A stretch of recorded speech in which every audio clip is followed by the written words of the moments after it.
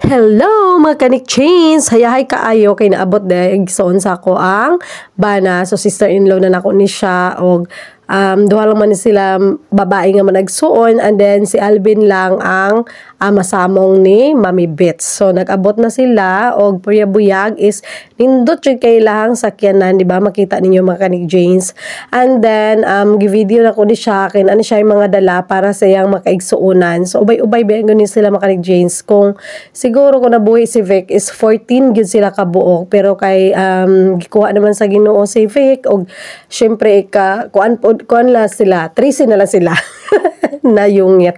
And then si Vic is kuan niya karon pahinumdom, so muning nag-adto si Mimi po diri og si Boss Alvin, and then akong mangod og si Rimnek, and then unya pa siguro sa hapon ang uban niya mga kaigsuunan. So yung video na ko ni Mechanic James kay dako makainig ka ng di ba ikahatag nga nindot nga value pud ni sa isip isa ka nagsuon. So di ba dagan man grasya nga naabot karon nila ni Bossing Alvin og ni Madam Mimi, so naghatag pud sila og ilahang mga blessings para sa iyang maigsuon. So naka cellophane na ni tanan, so nagakot-hakot mig taman ani kay ubay-ubay pud bi amin dire nga naa sa duol and then wala jud mag-iluganay ani kay naanay mga pangalan.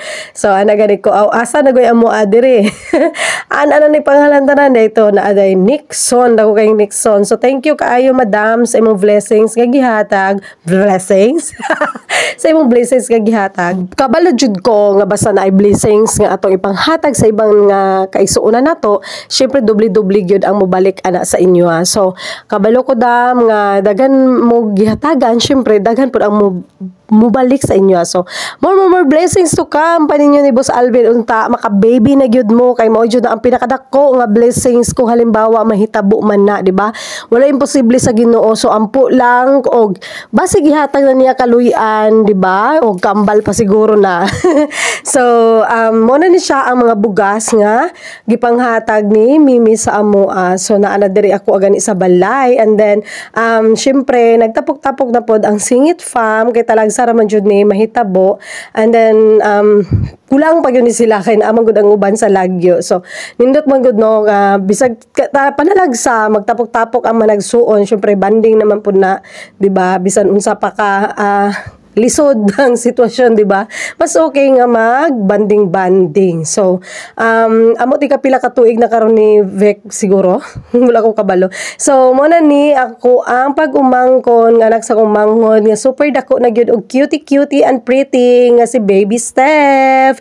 So, bugay-bugay na gyud kay ni bataan ni kay 2 years old naman ni kapin, and then na gyud siya tawon mag-ulaw-ulaw. So, kusog na kay mag-bless, magpahag, magpakiss o magbinugay, oh.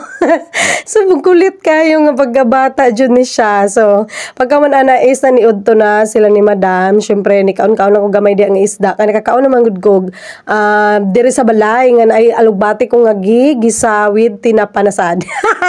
Sige tinapa nga chunks. And then ada siya gidala nga pata. Crispy pata na buwang. TL sa baboy ana na lang god binisaya, and then pansit. So mo ni siguro ni amo ang luto ay kaunon, dili mo ko makaluto kay naman ko dress balay. Lutoon. So thank you kay inyo Boss Alvin and Mimi. God bless ninyong duha og more blessings pa jud to come.